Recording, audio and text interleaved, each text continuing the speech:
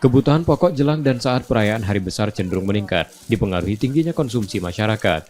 Di Sumsel, pasokan dan harga stabil pada Natal dan Tahun Baru 2023. Dinas Ketahanan Pangan dan Peternakan Provinsi itu menyatakan, pasokan kebutuhan pokok seperti beras, telur ayam, daging, dan cabai merah perharinya ditambah 10%, yang diperiksa ke distributor untuk menjaga stabilitas harga.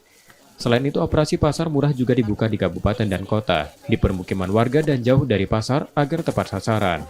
Pasar murah diklaim dapat mencukupi konsumsi masyarakat saat perayaan hari besar, dengan harga yang relatif murah, selisih 2–10 ribu rupiah.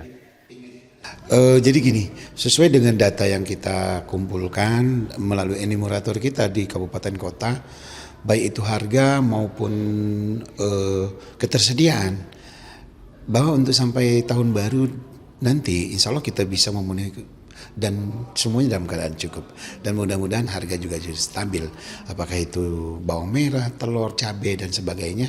Sampai sekarang belum ada peningkatan, belum ada kenaikan, mudah-mudahan sampai nanti tahun baru gitu.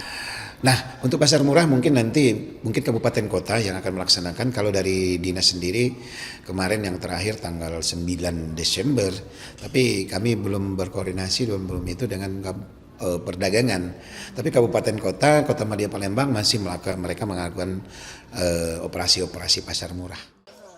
Sumsel juga berupaya melakukan stabilitas harga terhadap sejumlah komoditas yang menjadi penyumbang inflasi tertinggi seperti cabai merah melalui Satgas Pangan dan Gerakan Mandiri Pangan.